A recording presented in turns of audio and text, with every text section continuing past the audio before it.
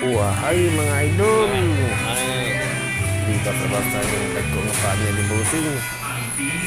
Slati, basta mga slati nila kung paano. Hindi ka na kayo galagala mga idol. Jadi, ibay yung mga paano dito.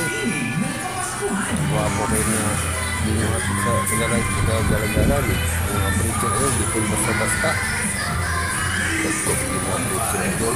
Hindi rin makita idol sa Disaryo Pagdaw, Davao City. Sa mga engineer na hilig sa mga panibord, hindi mo ito buat sa gala-gala elektrikal, pisado kami, ligpon, pangon. Kung pandapat mga ligon, islatid yung sa dito. Tagko yung mga bastar mga idol. Basta-basta, ibay yung mga panibord. Bigyan sila ng sapat at tamang edukasyon mula sa kaalamang praktikal at pag-aaral ng formal. Dahil ito ang magiging sandata nila sa pagharap sa kinabukasan at pag-abot sa kanilang pangarap.